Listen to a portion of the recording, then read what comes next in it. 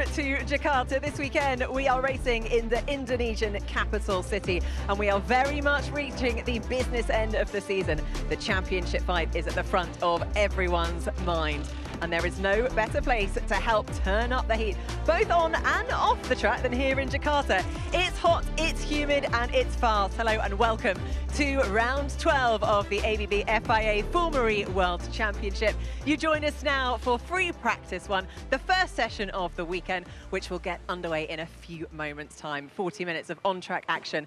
I'm delighted to welcome back James Rossiter and Katie Munnings. Guys, did someone forget to turn the oven off? It is hot.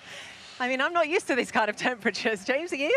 No, it's very, very hot and humid here. It's going to be a huge challenge for the drivers. It really is. I mean, it's going to be such a challenge for them to stay cool and calm, but it is a fantastic track. We weren't here last season. It's great to be back here again, having last race here in season 9. Katie, what are these drivers looking forward to the most? It is. It's a very exciting track. I think it's one of the most challenging grips out there as well, because you have this layer of mud and slime where they have a lot of rainfall and then obviously a lot of debris in the road. So it's going to take a while to clear it. If it's wet, it's going to be very slippery. And I think off the racing line, especially going into attack mode, there's going to be some interesting moves, I think, where that grip isn't quite so high as when you've cleaned the line and where you're on the racing line. Wow, cannot wait to see that all unfold tomorrow in the race. But let's turn our attention to this championship fight, because it really is heating up. After this weekend, only a doubleheader in Berlin, doubleheader in London to go. And there is one man still reigning at the top. A 68-point gap at the moment, James, with Oliver Rowland. It's quite amazing, his dominance. It's still such a huge advantage, yet we saw him last time out in Shanghai struggling to bring home 1/5 place in 2 races. So yeah, it's not in the bag yet. It's still an opportunity for the others to pounce. Yeah, Katie, do you think this is a sign that maybe he's cracking under the pressure? Or was it just racing incidents, put it to one side, and he's back stronger than ever this weekend? Yeah, I think it was just a little bit off. You could just say that for his race. I mean, we call him off, but he's been on all season. There isn't a surface that he's not performed on both conditions, rain, wet, street circuit, wide circuit. So I think he knows what he's doing. I think, to be honest, his gap is quite big. It would take something special for someone to pull it out of the bag now. But I do think he has to get back on his A game this weekend to try and extend that and give himself a comfortable lead going into Berlin. Yeah, exactly. Now, one driver who was very much on his A game last time out was Nick Cassidy, which is brilliant to see. He's had a torrid season with only 1 podium in Monaco up until last time out, and he brought home his first win of the season. A great moment for him and the team. Yeah, what a performance. I mean, he was so dominant in the wet in that second race in Shanghai. Pole position, half a second a lap faster than everybody in the race, controlled it perfectly. It was Cassidy as we used to know him, you know, out there winning, leading from the front. Can he continue that for the rest of the season? Well, that is the question that soon we will find out. But it was an amazing moment for him. He's obviously, well, hopefully got Phil Ingram back in the seat as his race engineer. Do you think that was a real difference, a point of difference for him? I think so. I think, you know, everyone knows they have such a great relationship. I spoke to him actually earlier in the weekend and he was saying that he chose a setup a few days before and he just WhatsApped it to the team of engineers and said, this is what I'm going with. There were some disagreements, I think, but he's got so much experience in Formula E that I think he really made that call for himself, and it's probably given him a confidence boost now going forwards. He knows what he has to do to set up that car so he can drive it well. Yeah, talking of setup, we are going into, obviously, the first session of this weekend here in free practice 1. I mean, it's a great track. It's got all the ingredients, fast-flowing sectors, technical sectors. But what are the drivers going to be trying to achieve in this 40-minute session? Well, the biggest thing is to get an understanding of circuit evolution. It's super dusty right now. The circuit's going to evolve massively. So the key in the beginning of the session is just to get a feel for it, not make any mistakes, be out there, continue pounding in the laps, learn a little bit about the race pace, and get ready to perform in the qualifying practice at the end of the session. Yeah, well, also keep your eyes on Max Günther, because he's been on the podium. He's had a win, and he had 2 pole positions here 2 years ago. Let's find out what's going to go down in free practice 1 with our commentators, Tom Brooks. Thank you very much indeed, Nikki. The green flag flies as free practice 1 gets underway in the sweltering heat here in Jakarta. Our first visit here in 2 years. And the last time we were here, we saw victories for Pascal Wehrlein in the first race of the weekend and Max Günther for Maserati on that occasion for the second race of the weekend. It's a cracking circuit though, this one, bespokely made for Formula E, 2.3 kilometres long. It is fast, frightening and frantic, and also very, very dusty offline as well. My name is Tom Brooks. Alongside me, Alan McNish and Saunders CB here to guide you through the action. Alan, great to be back in Jakarta, especially at such a pivotal point in the season. Yeah, it is. It was a race circuit that produced an excellent show last time out when we were here, and pretty sure that it's going to this time as well, for one simple reason. We're getting down to that crunch point in the championship, and there's people that need to make up ground pretty quickly, and they're going to go for it. Yeah, they certainly are. Saunders, looking forward to seeing what's going to happen here this weekend. If we look back to Shanghai a fortnight ago, obviously mixed conditions in terms of the weather and also in terms of the results. Nick Cassidy taking his first win of the season. Do you think that that's now a sign of his momentum that he can start to build on? I absolutely do. I mean, I was just saying to you just moments ago that I think Cassidy could finish the championship top 3 now. I think that when he gets his momentum, we just see a beast unleashed, and he just goes from strength to strength. He just needs to get that first bit done, which he's done now. And I think he could be strong here this weekend, because this race, Tom, it's a race of attrition. It's not just about, you know, all the challenges when it comes to the car and the battery and the temperatures. The driver as well. Racing in these conditions in this heat is not easy. Yeah, absolutely. If you were a chicken, you'd be laying hard-boiled eggs in this weather. It is absolutely roasting out there this weekend. Oliver Rowland and Norman Natter just making their way back into the pit lane at the moment. Some team radio here for De Vries. Build, push, call, push. Then we have 2 calls in a row where we can practice attack mode again. 1 final push, and then 2 coasts and a coaster box. So we'll take attack mode on the first lap, so the out lap, and we'll take an attack mode on the first of the double call. Yeah, I think there the build is actually building up, and then the push, you need to cool everything off, because it is actually pretty tough on all the systems around here, and that's the sort of process that's going. So it's not as if they're going to be flat out all the time, every lap as they're building up. And you see the dust coming up on the back from Mitch Evans' car there, and that's on the line. Can you imagine off the line? Race control speaking, I would like to do full course yellow test. We go full course yellow in 3, 2, 1, full course yellow. That's the voice there of Marek Aniszewski, and the face actually as well for that matter. Full course yellow systems check in free practice 1. Normal sort of test that we do in this session, so essentially just making sure the drivers, the teams can hear what's happening over the course of the lap, making sure that all the race engineers and communication and so on are working well.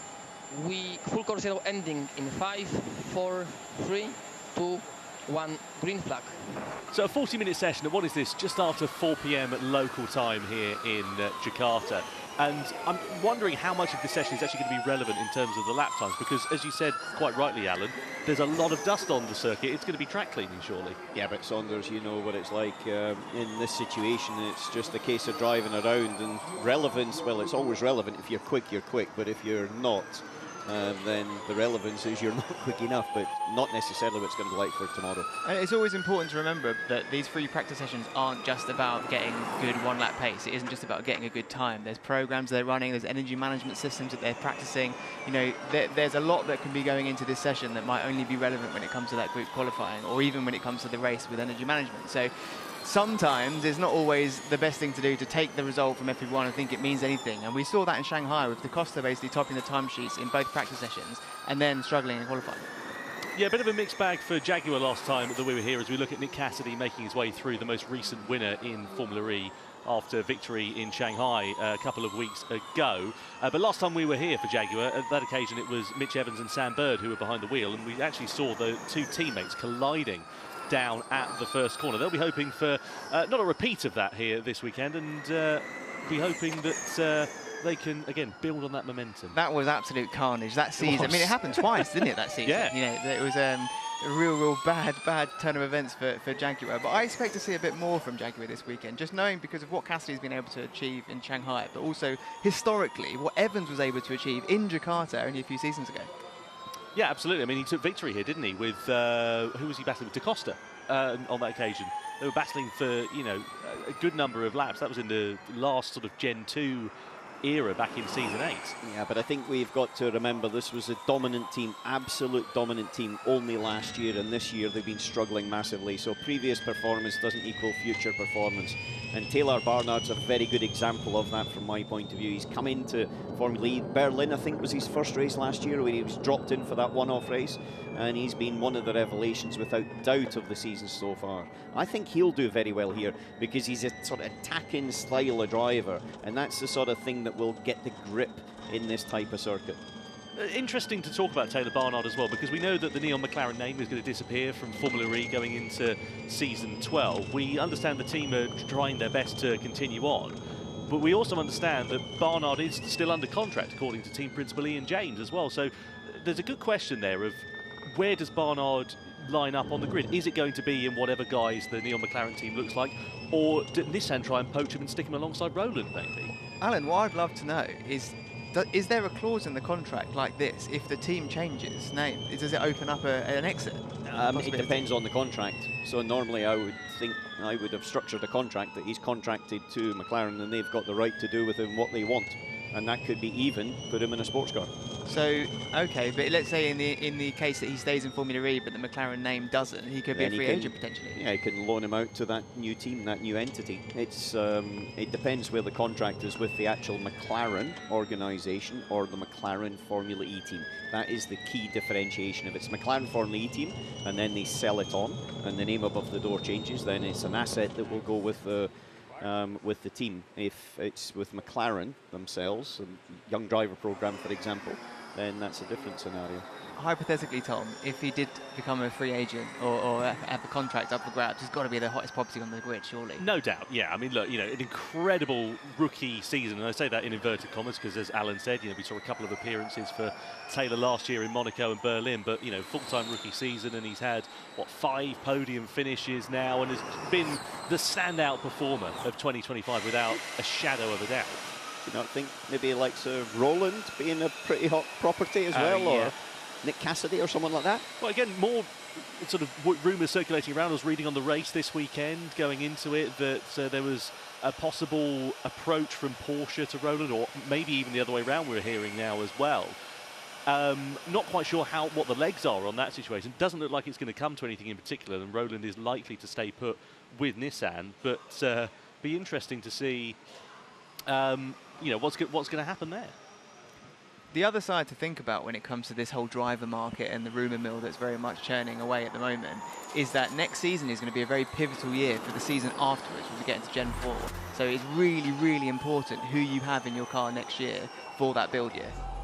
It's also, when you look at the length of driver contracts, it's another thing to factor in because they're not always in line, not always, say, for example, a 2-year period and they all line up so that you can easily switch in and out. You've got to try and understand what the terms are for each individual, if you want to call it, hot property driver. And there you saw Jack Crawford, for example. Andretti have been very good in the past of bringing in drivers that not necessarily have been on the radar of other teams in Formula E, who have generally looked inside Formula E for their driver switches, whereas Andretti have been pretty good at actually looking outside of that talent pool and dragging new ones in, again in the similar vein to McLaren did with Taylor Barnard.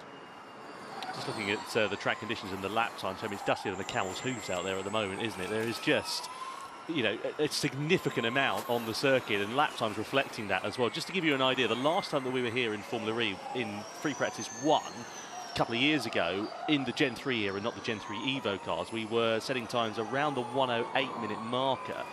We're sort of in the mid 1-minute 9s. I know there's 30 minutes to go of this session, but yeah, it just goes to show how much track evolution there is going to be to come over the remainder of, indeed, this session, but also the rest of the weekend. Well, Evans is now the first one that's put in a purple first and middle sector. He's starting to lean on it a little bit, see what that says. It's a 1:09.4, and he goes to a 1:08.8, 0.6 of a second, quicker than his teammate Nick Cassidy at the moment. But that 1:08.8 is going to be, I would say, decimated before we get to the end of this session in 30 minutes.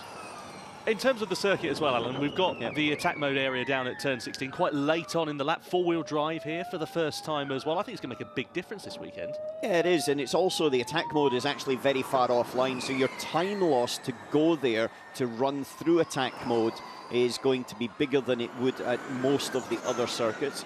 However, it is a slippery, dusty surface, so you know, four-wheel drive will definitely have a bit better effect there. The other factor is that attack mode will not be used as much as the general circuit. So the first people to take it in the race are going to actually be compromised. So it'll be, I think, a case of after you clean up the attack mode, because actually there can be quite a big delta between the first car and the last car through it in time loss as well. So all of these things are going to be monitored and checked through the course of the practice sessions, but especially as well when it comes to attack mode at the beginning of the race. Yeah, we're not expecting this to be a particularly energy critical race. What are we at in terms of energy for this one? 30.5 kilowatt hours. It should be a relatively sort of traditional Formula E style race, I reckon, this one sort of. Well, yeah, I mean, that's what we always like to hope to hear, but as we know in Formula E, nothing ever is almost as it says when it comes to the race, and all it takes is for one incident in the first few laps for everybody's energy targets to completely change. And then it goes from what we might say is closer to a flat-out race to just being a flat-out race, where energy management really doesn't come into it, which is great for the likes of the less competitive machinery. You know, those that are yet to score points so far this season, or people that are really struggling to get up to speed when it comes to Formula E, when it comes to the two rookies that aren't Taylor Barnard.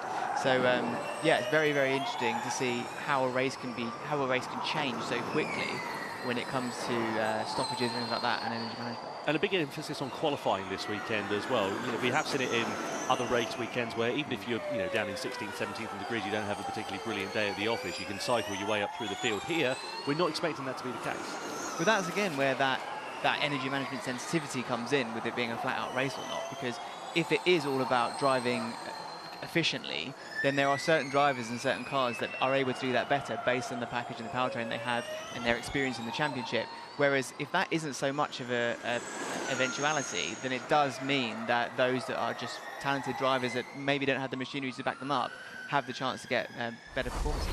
Lap time's now starting to improve and heading in towards the region we're expecting as we look at David Beckman fighting the Cupra Kiro down at the first corner. Just got a yellow flag come out down at turn 7 there very briefly as well.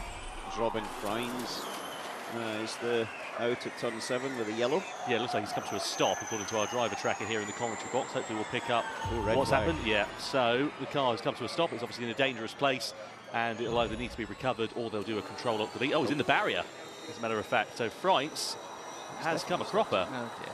That's gone beyond the limits, I would have said, of the grip. It looks like he's came in and locked up. Yeah, ambition over adhesion quite possibly there for Robin Frijns as we look at the steely face of Sylvain Filippi watching on. We have cars stopped at the turn 7. Everyone who will pass this turn, please increase your speed. You can accelerate more than 50 kilometers per hour. That's good race management. Once you're past that turn 7, then you can actually go quicker than the minimum speed, the maximum speed, and get back to the pits quicker, which will mean they can clean up and get this red flag back to green flag circuit. It's a bit of an odd one actually, because locking up, but then it's not a fast corner that nosing it into the barrier. It'd be good to see a replay of it as well, but he skidded along the barrier. If you look at underneath where that flag was, there's a wall, and then on the wall there is like sticker bonding, and it's ripped it off there. So I think he's been in the wall, and that's what's accelerated him into the barrier. But let's have a look then, see what happened here to Robin Frijns. So we're coming in towards turn 7. So, he's out of shape before. Yeah. Very early. Yeah, I'm fine. Yeah. Just not my fault. There's a bump there. If you note, if they replay it again, it'd be fantastic in a slow-mo, because there's a small bump just at the start of the braking, and the car sort of jumped there a little bit, and then kind of didn't slow down after that, as he then went into the wall, and then after that he was cascading around the outside. Yeah, not ideal start to the session there for Robin Frijns. He now jumps out of the Envision, and that will be session over for the Dutchman, unfortunately. 25 minutes now left on the clock. So out jumps Robin Frijns then after ending up in the barrier. It started very early on, that sort of, didn't it? Yeah, absolutely. I mean, I'd like to see an onboard really to get an understanding of what actually happened here. He's straight on the radio saying it's just not his fault, but it'll be good to see what he means by that. Well,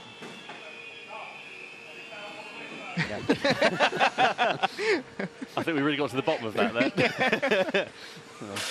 Let's have a look at an onboard coming up in a few moments' time of Robin Frijns. You can see, obviously, some suspension damage quite clearly. Well, that means he's out of the session. I was hoping there wasn't going to be, and they'll be pulling the car back and being able to get it back. But that's a loss because you've only got FP2, and then you're straight into quali. And to lose 30 minutes of the session is not what Robin needed at the beginning of the weekend. It's seasoned from bad to worse, isn't it? I mean, we're talking about a driver that's won multiple races in Formula E. Let's have another look at this. There's the bump. The car's jumped over the bump and he's wide and on the dust and turning. And I think he's came over the bump and the car's reacted and then he's just been offline, personally, at the moment. That would be my first assessment, but very open to other opinion. Yeah, you could see an armful of lot there, but just no steering at all. It was like a shopping trolley down at Tesco, wasn't it? It's just, you know, no way you could get the lock on. Definitely going shopping with you, that's for sure. That's the case. You'd have thought I'd have learned. I'd reload it now so I can Tokyo drift around the problem islands. is with that corner, and Saunders knows it, you're turning in all the time as you're starting to brake. So here we are on board, and I'll be quiet now and just watch. So we're starting to turn in. Actually, he's a passenger for most of that. I actually think there could be something with the right front suspension as he's gone over that bump. So possible component failure we're looking at, maybe. Let's have a look. Yeah, something's let go there, hasn't it? Because that's very odd. There is a bump, and he is offline, but if we could see that on board again, that's the other side suspension. Let's have a look at the wheel. Yeah, something's let go. It looked like on that first onboard that his wheel just went limp. Yeah. His steering wheel went limp for a second. He lost complete control. Let's see here. Yeah, he's got too much lock on for this. The right front suspension's failed. So that's why he was looking down there. I mean, obviously it had an impact as we saw into the wall anyway. But, yeah, not good at all there. And the face of the team principal paints a picture. And it's just been as he's come over the bump that it looks like that loading. It shouldn't be too much loading, but he's got brake pressure on, which then puts more load onto the front suspension. But that's normal load, without doubt. It's not like smacking it over a curve or something. So potentially not a lot he could do there, but still the result is the same. You know, apart from the two rookies that haven't scored points, he's third last, let's say third bottom of the championship. This is a driver that we know can win Formula E races, so it's such a surprise to see him really struggling this season, because we know what he can do in different conditions, different circuit types. But yeah, a big struggle for Robin Frijns this season, I envision. Maybe this super slow-mo will help us paint the picture a bit better. So looking at the right front. There it goes. Yeah. It's as soon as he's gone over that bump, it looks like the bottom wishbone has broken. Well, penny for the thoughts of Robin Frijns. The body language, as you can see, is not particularly satisfactory for him, unfortunately. An early end to his session and a loss of track time. Just for clarity, that's a common part for all of the cars as well. And so it's something that they'll be looking at quite importantly to understand why it broke, what the mileage of it, when was it on, was it in any damage beforehand or not. Yeah, so Frijns now debriefing with the team and figuring out a plan for later. So still under red flag conditions then here in Jakarta, and waiting for news as to when the session is going to be resumed. But while we wait for that, let's head down to pit lane, catch up with Alexa, who's with Jaguar TCS Racing Team Principal James Barkley. Thank you, Tom. I'm down here with James Barkley, and I've just had a look in your garage, and there's a familiar face still in there, filling room, working with Nick Cassidy again this weekend. Can you explain why that decision's come about again? Well, realistically, coming into this weekend, that was always the plan. So, we'll be probably changing things around. But, yeah, for now, it's been great having Phil in that role. But, yeah, listen, they had a great result together in Shanghai, and it made sense to kind of keep it this way for another race. Well, I wanted to touch on that result as well. Things are so positive coming off the back of Shanghai. Nick finally kind of getting that monkey off his back. What's the atmosphere like in the team at the moment? Honestly, the atmosphere has actually been great for a while, to be really honest with you. As a group, we've kind of been really united in the fact that we had better results in us. We just needed to kind of have a clean weekend, sometimes in our control, sometimes out of our control. And Shanghai was a weekend where when things are in our control, we can execute a clean weekend. And that's what we did. You know, Nick was not only fast on Sunday, he was very fast on Saturday. If it wasn't for the incident, we was taking out a race, the first race, I think it would have been a very different day as well. So no, honestly, relief, I think, is also the other side of it. You know, when you feel a result is coming, but for one reason or another, it's taken away from you, it's a big relief when all the hard work and effort that's gone into it is paid off with a great result like that. And Mitch, a previous race winner here in Jakarta, what are your hopes for the weekend? This is Formula E, right? It's a reset every time you come to a track, especially with the new Gen 3 Evo, it's different. So our job is just to do the bits we can control as well as we can, and that hopefully will pay out in the end. But yeah, the team are absolutely trying incredibly hard. The drivers are doing what they can, and yeah, let's see where we are at the end of it. Let our results do the talking more than the talking. Thank you, James. Back to you, Tom. Yeah, thank you very much indeed, Alexa. Thank you to James Barkley there. So some interesting conversations going on. Alexa bringing up a really good point there about the race engineer with Nick Cassidy. You know, that change happened in Shanghai and he won the race. Alan, how much of an impact does it take having that relationship? Check rear left, the brush and the wall. That statement is one you're probably going to hear a little bit more often through the course of the weekend, just about little brushes with the wall. It's very important because, especially with a relationship with an engineer that's had a lot of success in the past, there's an element of confidence between the two. There's an element of unspoken understanding when the driver, you know, just a nod of the head or a hand action, what that actually translates into in terms of car characteristics, and also the management of the driver in stress situations. And that's where I think it's important. And you know, when it changes, it takes a little bit time to understand and build up the relationship again. Sometimes you don't. Sometimes it just does not gel. It just does not work. And it's not a case of that they're a bad engineer or a bad driver. It's just that the two, like human beings, do not get on perfectly well together. And I imagine with the likes of Nick Cassidy, that's even more relevant because he's so technically involved in the development of the car. And he's got a real technical mindset, so matching that with engineer, even more important, I imagine. No, I think even more important than that is the fact that he's had a difficult season. He's been used to winning races and fighting right at the front of a championship, and this season's been exactly the opposite. So there is an element of that solid base coming back into the system. And so it's as much mental as it is anything else. It's not whether the engineer pulls a beautiful setup out of the, you know, out of his computer and puts it on the car. It's actually a whole dynamic, and it's the human dynamic, I think, that's as important as necessarily the technical dynamic. Well, you can see what it meant for Nick Cassidy last time out in Shanghai, taking that victory. He was almost in tears going on to the podium. A lot of outpouring of emotion after the struggles that he's had over the course of season 11, and it was great to see him doing so well, also with his family there as well. Confirmation, by the way, the session will now restart at 24 minutes past the hour, so just over a minute or so, and then we'll get this session back underway. Currently, Mitch Evans, Nick Cassidy's teammate, that is quickest of the lot. Given the length of the red flag, there is a possibility that we may have a few minutes added on at the end of the session as well. I know, like, we never like to say that you can take too much from history racing here, and also what FP1 means for the rest of the weekend. But if you look at the top two, it's two drivers that have won here in the past. Yeah, I'll be keen to see how they're going to fare this weekend as well. I mean, Gunther, you know, he's always gone well here at this circuit. Evans likewise as well, even in season 8. Yeah, I mean, it's hard to really judge anything. End of braking, front locking, T13, I would say, and also last corner. So, yeah, I would say there we can maybe do some SAT and even lat. Probably lat is quite powerful in these two corners. So we're talking about SATs, lats. What are we talking about next? Tibs and fibs, Alan? I don't know. Gym exercises, aren't they? Tib and fibs, your right leg, isn't it? Your tibula and fibula. I honestly don't know, because there are 3-letter acronyms. Lat usually means lateral, so it's something to do with I would say, the brake migration on when it starts to turn a little bit. Admittedly, both of those are relatively straight braking. Turn 13's into the hairpin, which is a good overtaking opportunity. And then the last corner is a sort of 90-degree one. But it's a very, very complex system of how when you are pressing the brake and then releasing, coming into the corner, the dynamic of the car, but also how the brake then migrates as you're recuperating energy.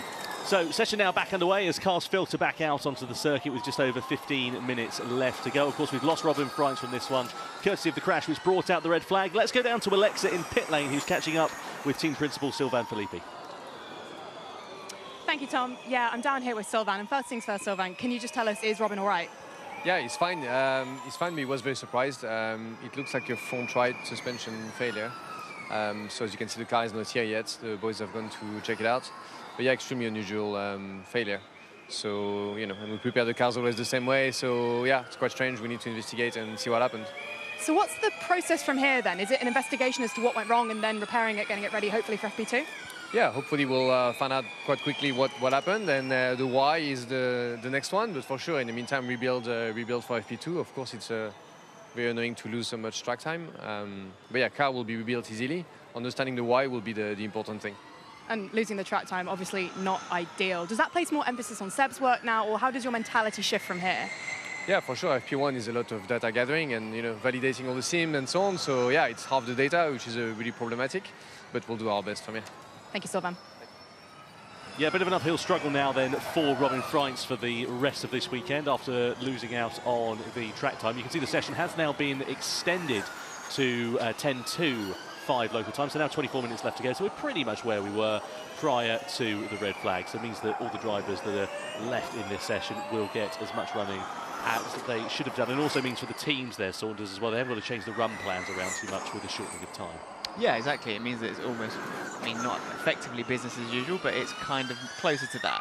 Obviously, everyone likes more running and more experience and program running on this circuit, but Formula E is definitely a championship where you have to deal with the cars that you're dealt because things change so quickly.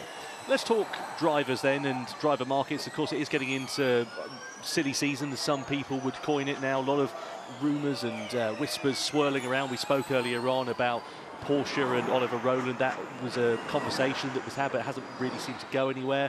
If we look at the other side of the Porsche garage with Antonio Felix da Costa, is there a possibility he could be onto pastures new, do you think? I mean, you have to ask the question, don't you? But I tell you what, Tom, in Shanghai, that coffee station was like its own rumour mill. Every driver that you think could be susceptible to leaving their team or having to find a new seat in Formula E was having coffee with every different team principal. There was a lot of business going on.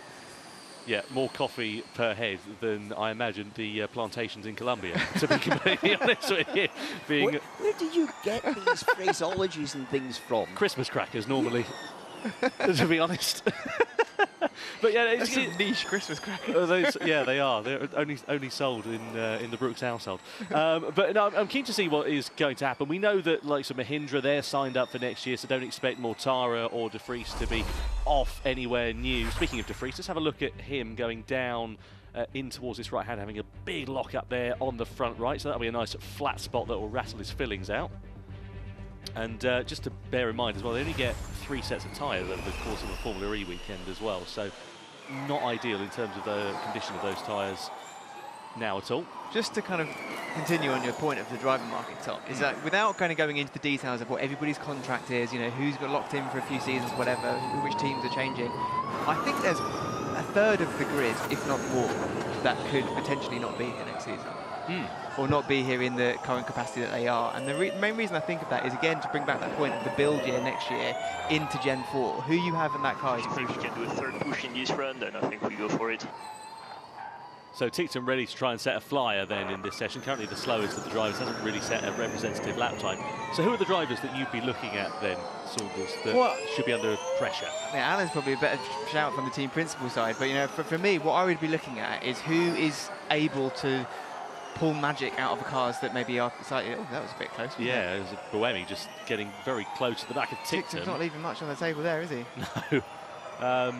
Yeah, I wonder whether the stewards might be looking at it. It's a bit of a blind corner going through turn 16 there, and Ticton just catching the Envision at the wrong time. Does move up the order, but yeah, lost a little bit of time. Carry on.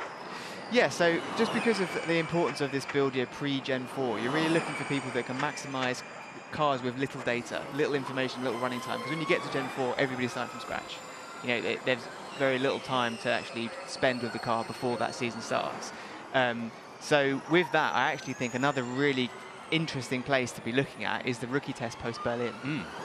Who are they going to be getting in the car? Because we've seen that shift now between rookie-veteran argument. Does experience outweigh new talent or flexibility or adaptation? And I don't think it does anymore. Look at Taylor Barnard, look at Jake Dennis during the season. The rookies really do have a potential to do well in their first season. It's not the case for Maloney and Beckman this time round, but for Taylor Barnard, it most certainly is. Yeah, but I think you've got to remember that you know, the Nissan powertrain in the back of the McLaren is well, it's dominant in Oliver Rowland, and for Lola at Yamaha, then it's their first season with this whole structure. So, you know, we're not necessarily 100% apples with apples, but I do agree with you that rookies like Maloney, race winner in F2, and Taylor Barnard, and I know that Dunn, for example, another F2 race winner, is a very good potential for this. However, I would caveat it a little bit with team principal's hat on. What am I looking for? Am I looking for a driver to win a championship, or am I looking for a driver to elevate us and develop us for the championship? And the two can be slightly different. And also, as well, if you're looking at drivers, as you quite rightly said, we're changing over to Gen 4 at the end of season 12. So do you get a driver in, you know, you've got to find someone that surely is in for one season rather than a 2-year contract cycle, because I would imagine they're going to want contracts to align so that teams can have the best possible options going into Gen 4. Yeah, but you would do that for try and get the driver to run through the last year of this to go into it, so he can do all of the testing in the middle of the season next year and not be conflicted with other racing programs.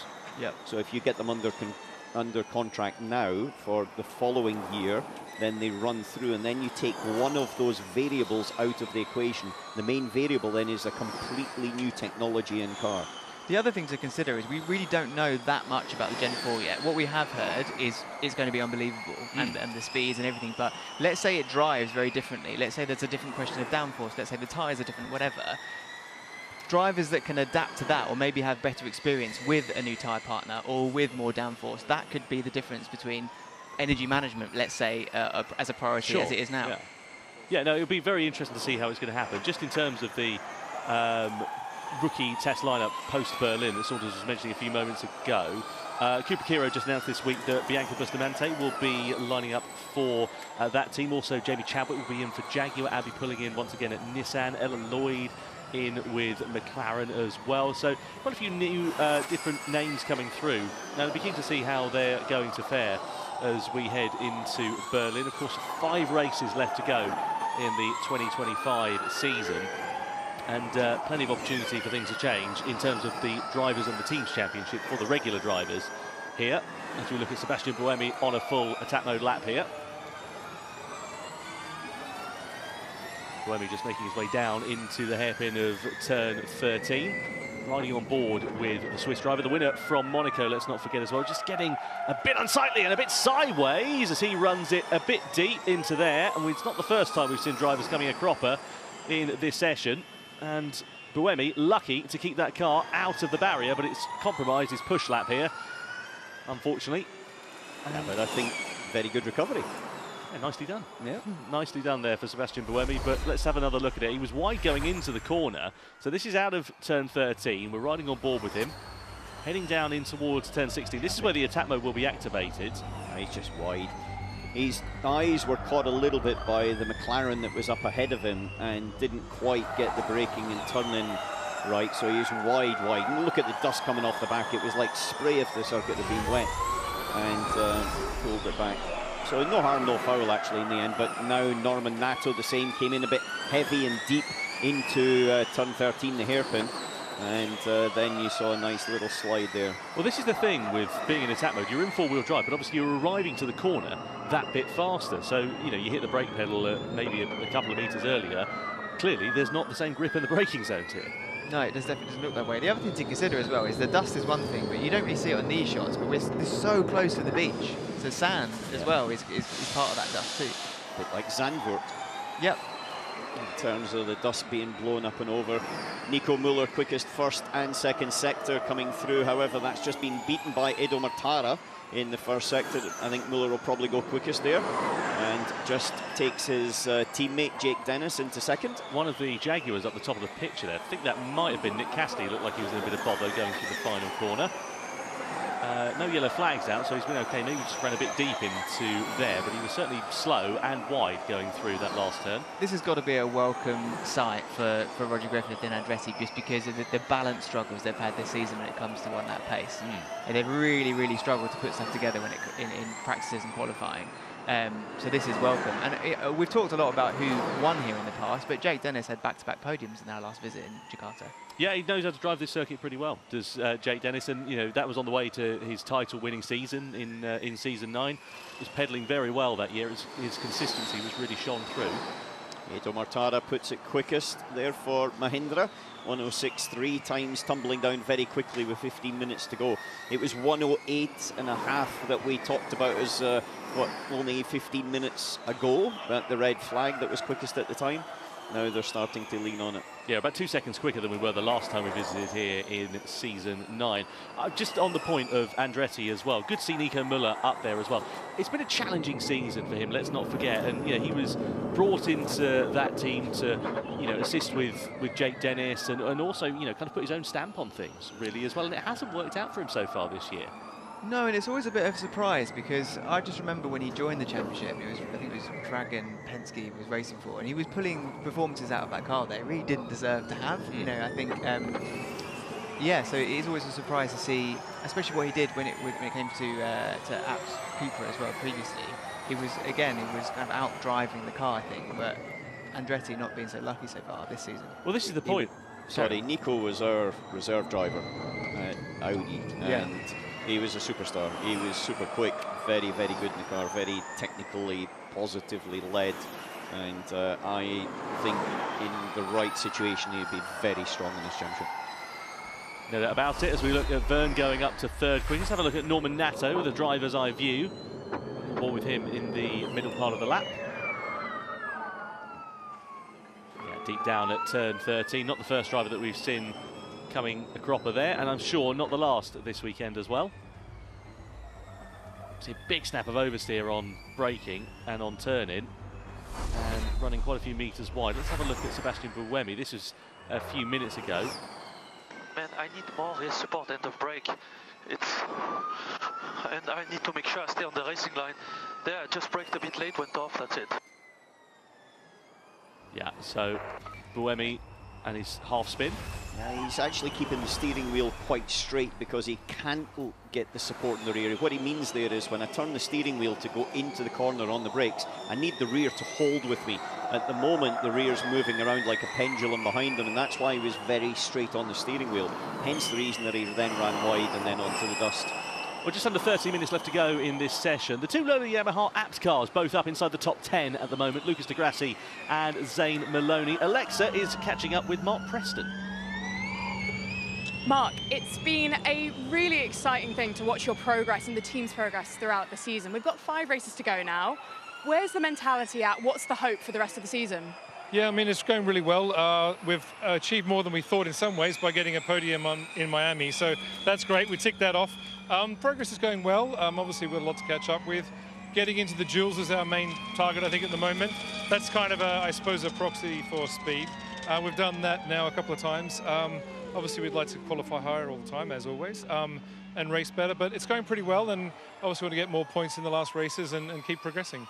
And on a slightly different note, I'm seeing a lot of dust being kicked up on track out there. What are the track conditions? What are you hearing? Yeah, it's still pretty dusty. The guys are still saying it hasn't really cleaned up a lot yet, so they're going quicker all the time. So maybe it'll be a bit like the wet, and the last person out will be, the fastest. That could make a bit of an interesting quali tomorrow if it carries on till then. Yeah, I don't know. Maybe they'll clean the track overnight, so we'll see how it goes. Thank you so much, Mark. Righto.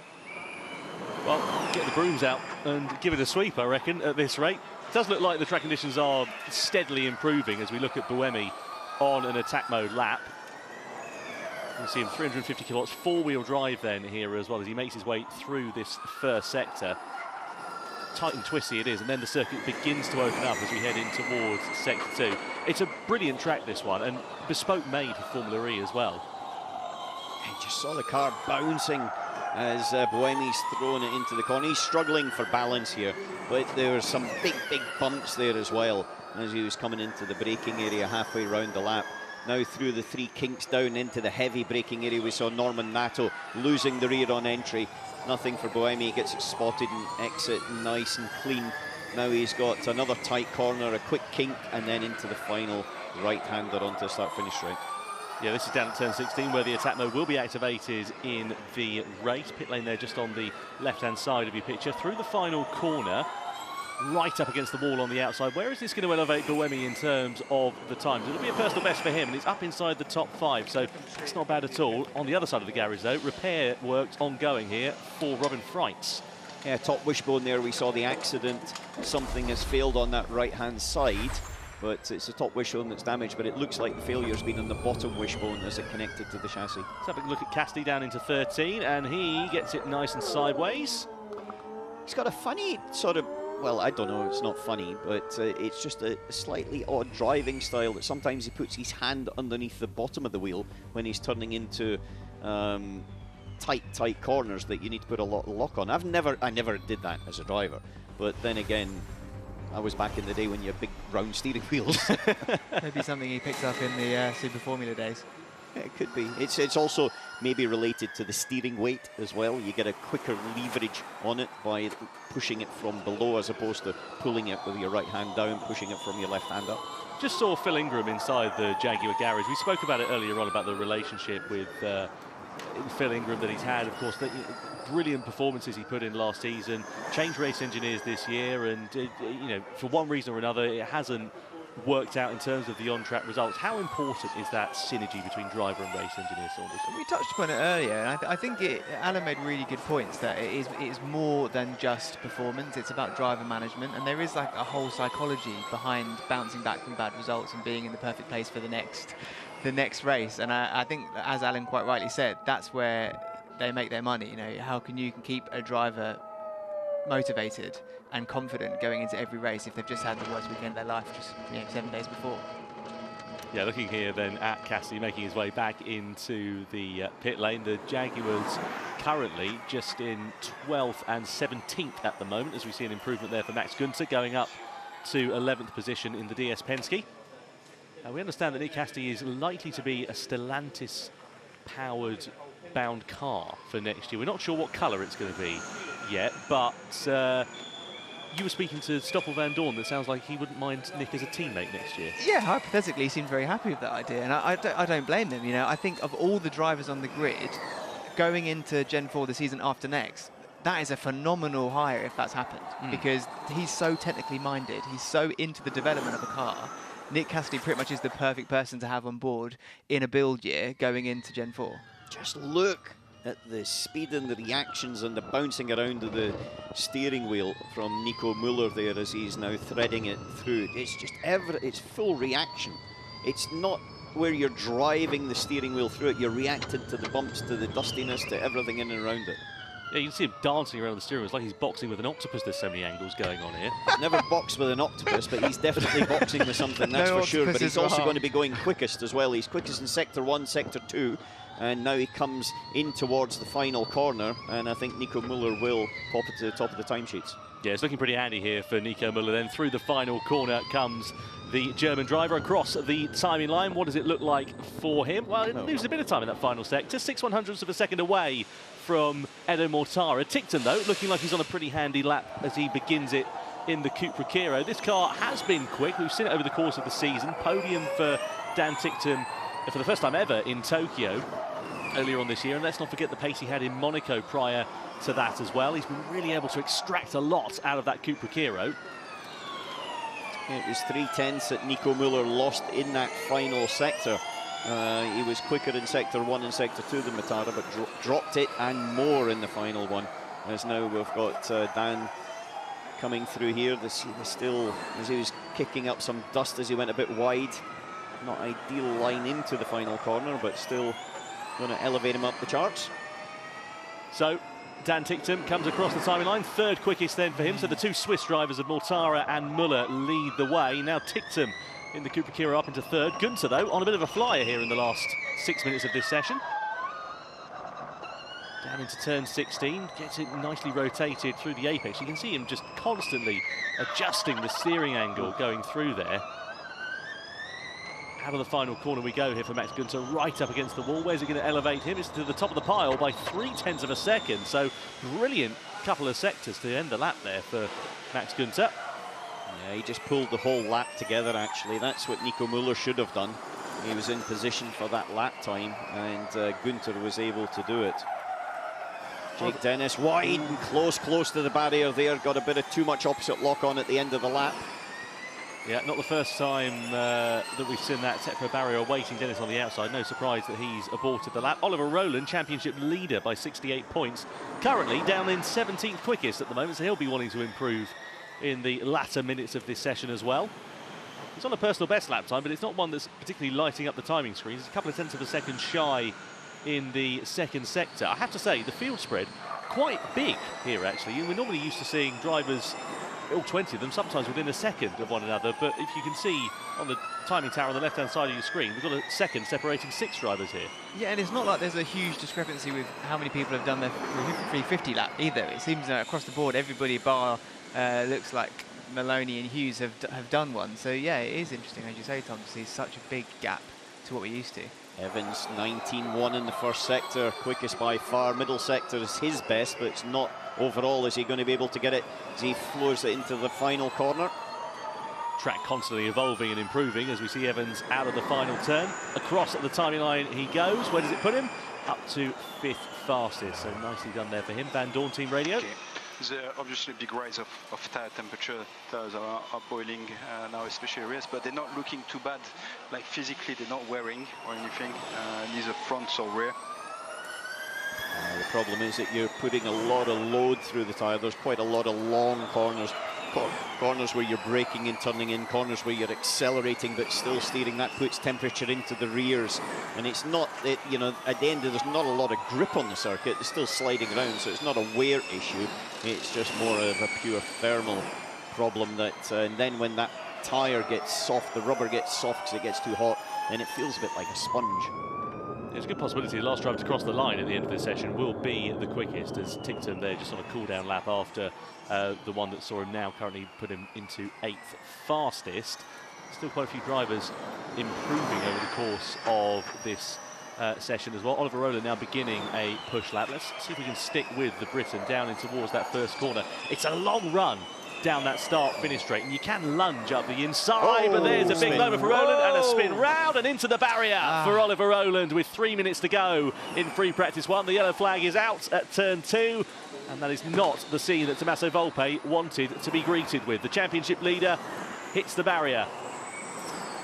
Yeah, I don't think there's any damage, and if there is, it's to the right-hand rear vertical end plate area, so it's superficial more than suspension or gearbox or anything else, but that ruined a little bit of the lap, shall we say. We have seen drivers just looking on the edge on these push laps in particular, Saunders. The balance of the car doesn't look happy over this particularly green and dusty circuit. Not at all, and it's also when you get the evolution that we're seeing as well, it's so crucial that they try and make the most of that and get themselves into a position that might be more representative for the rest of the run-in we're going to see this weekend. I think that's what we're seeing. It's changed a lot in just the last few minutes, hasn't it? Yeah, look at Eric Hughes, again, amplifying that point I was just making down at turn 13, runs it wide, misses the apex by a country mile, and that's going to cost him his lap time here. He's sawing at the wheel there. He's like huge inputs to try and find where the grip is. He's not on the edge of the grip, he's under and over and under and over it all the way through. It's not, that car's not giving him the feedback he needs at the moment. Yeah, across the timeline goes Hughes. He does manage to improve. To 20th. Yeah, I know exactly. It's not much of a time to shout about there. Trying to find that grip, trying to hug that racing line is all well and good in free practice and qualifying. But when it comes to the race, trying to make overtakes in those sensitive parts of the circuit when you're basically going offline into dust could be very sketchy. Do you think that therefore the attack mode is going to have a lot more emphasis because of the four-wheel drive? I think any time you have a low grip circuit or low grip areas of the circuit, that all-wheel drive makes such a difference. It's such a fast run down in towards that first corner. Such a wide first corner as well, so it allows and drags you into an attacking the braking area and attacking into the apex, which is great for us, easy to make a mistake, and we will see that in the race, I am very sure. Yeah, I think you're right. So Norman Nato on an improvement here on his attack lap in the other Nissan as well. Needs a strong performance at the end of this season, does Norman Nato. He's been unlucky, was denied a win in Miami, and he's had quite a fair bit of misfortune on the other side of the Nissan garage, but also when he's had fortune, he's not been able to extract the performances like we've seen from Rowland. Look at this, down in towards turn 16, just traffic beginning to build up. This could be a particular problem in the group stages of qualifying as well. Drivers trying to find clear air out on the circuit, and look at it. Oh, my word. It's like downtown Jakarta here, just trying to pick and choose your right lane, isn't it? Yeah, but that was Sebastian Buemi there. I think there's got to be a little bit of a view of that, because that was not ideal. So we're now in the final stages of the session. That's why we're seeing drivers really attacking the circuit, trying to find those minute improvements at the end of FP1 here. Günther in an attack mode lap here, as well as Beckman, Verne, likewise. Well, who's the first driver to take the checkered flag? It's going to be Stoffel van Doorn. He comes over the line 16th, doesn't make an improvement in the Maserati. One of the Lola Yamaha apps was right up close against the wall with the snap of oversteer at the final corner. Maloney's just crossed the line and goes up to 18th quickest. A lot of improved sectors, but no purple sectors so far in this final lap that they're all doing. And this is represented now with Günther and Shanghai finding that grip. Yeah, but Pascal Wehrlein's done the quickest of the middle sector. He's the only one that looks to be really going to lift himself up. He's currently in 17th place, Wehrlein, as he comes through towards the final corner in a minute. He's got the quick kink left. Yeah, he's got clear track in front of him here as well, hasn't he? Which is nice, because it was in he's wide. Missed. Yeah, he's missed the apex there, so he lost a bit of time out to the final corner. Yeah, it might still be okay. He might be able to improve. I think he's backed off, actually, hasn't he? Yeah, this final fly, yeah, in the final sector. So Wehrlein stays 18th quickest at the end of the session. Don't think anyone's going to depose Max Günther, because, as you can see, quite a lot of the drivers have crossed the line now. And indeed, Da Costa actually improving up to second quickest at the end of that one as well. So, interesting end to that session. Interesting session altogether, really. A couple of drivers in the barrier, including championship leader Oliver Rowland right at the end of FP1. Robin Frijns also in the wall, which brought out the red flag early on in the session. But the upshot is, it is Maximilian Günther who is fastest of the lot for DS Penske, from Da Costa and Mortara at the end of FP1.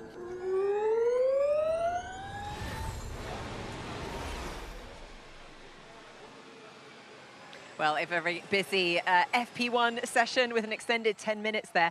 But unbelievable. It is Max Günther who topped the timing sheets last time we were in Jakarta. He is looking really strong, really consistent. Of course, he's still bouncing off that energy from his win last time out as well in Shanghai.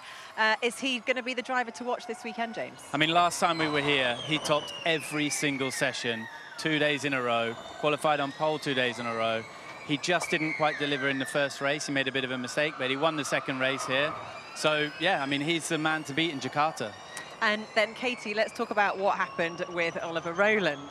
Obviously, you know, this is such a critical time, isn't it? To put in your practice. You've also got to put in your practice quali laps going at your 350.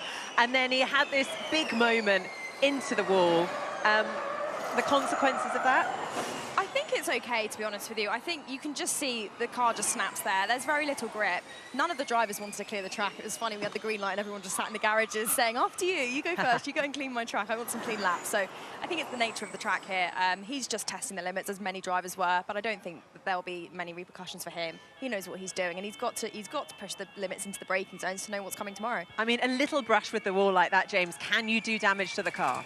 I mean, it's going to be okay for him. As Katie's saying, he was pushing the limits. He did end up with the 4th quickest time, so he has got the pace. It's not as bad as it was looking. At the beginning of the session, I was quite worried. He was really struggling for performance. So, although I don't know if he was really extracting everything from the car, or if it was him overdriving the car that got him that 4th place in the session.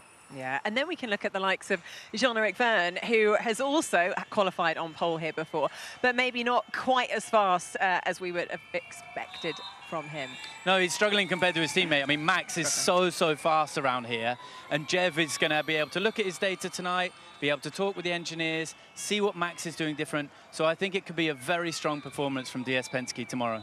Okay, well, the other big moment that we saw on track happened with Robin Frijns, who did score 2 points last time out, but he had a pretty big moment complaining of, well, it sounded like the wishbone failed on the car. So I went and saw the car after it was recovered, and what it is if you see the front right wheel, there it just snaps loose, and there's a bolt that goes in the bottom of through the bottom of the wishbone and into the upright, and this sheared.